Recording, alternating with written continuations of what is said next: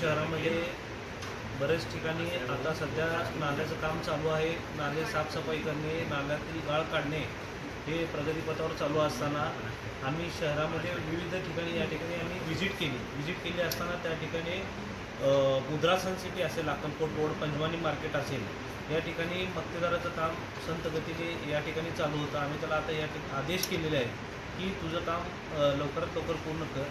तर त्याचं बऱ्यापैकी काम या महिन्यामध्ये जी त्याची कामाची रेशो होतं की 7%, 8%, आता ते 15%पर्यंत आलेलं आहे. त्याला आम्ही अजून त्याचे माणसं वाढवून काम जलद गतीने कसं करता येईल हे आम्ही ठिकाणी आदेश दिलेला आहे.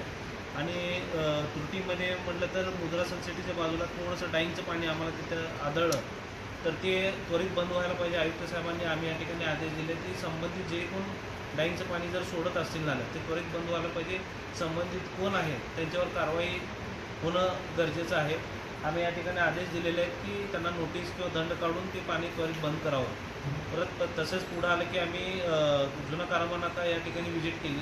त्या ठिकाणी खोलीकरण व गाळ काढण्याचं काम त्या ठिकाणी चालू आहे. असं बऱ्याच अजून 2-3 ठिकाणी आम्ही व्हिजिट केलेली आहे आणि अजून जे काही व्हिजिट करायचं अजून देखील राहिलेलं आहे ते देखील आम्ही व्हिजिट करत आहोत. आणि आदेश सर्व खाते प्रमुखांना आम्ही आदेश दिलेले आहेत की कुठेही गाळ म्हणा, खोलीकरण कमी पडता कामा नये.